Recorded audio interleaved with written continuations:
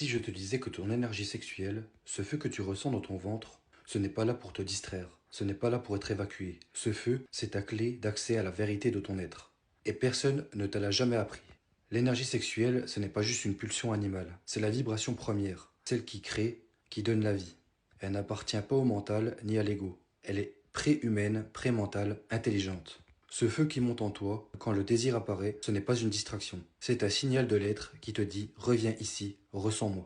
Beaucoup pensent que transmuter, c'est résister, ou que c'est rediriger ce désir vers un but, une visualisation. Mais non, le soi n'a pas de but mental. Transmuter, c'est laisser cette énergie remonter naturellement, sans tension, sans image, sans projection. Respire, ressens, observe cette vibration, et reste dans ton corps sans rien vouloir changer. C'est là qu'elle devient subtile, elle monte, traverse ton cœur, et parfois même t'ouvre à des états de conscience élevés.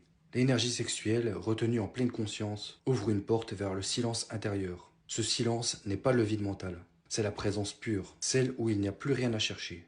Tu ne veux plus manifester, tu ne veux plus réussir. Tu ressens que tout est déjà là. Et dans cet état d'être pur, ta fréquence devient magnétique, mais sans tension.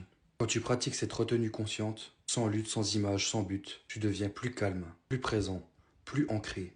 Les gens te sentent sans que tu parles. Ton regard devient stable, ton aura s'élargit. Parce que tu ne fuites plus ton énergie, tu l'habites. Et quand tu habites ton énergie, la réalité s'ajuste. Non pas parce que tu l'as forcée, mais parce que tu vibres enfin en cohérence avec ton âme. L'énergie sexuelle n'est pas ton ennemi, elle n'est pas un test, elle est une opportunité sacrée. Sois avec elle, respire avec elle, laisse-la circuler sans vouloir. Et tu découvriras une chose, c'est qu'au fond de ce feu, il y a la paix. Et dans cette paix, il y a toi.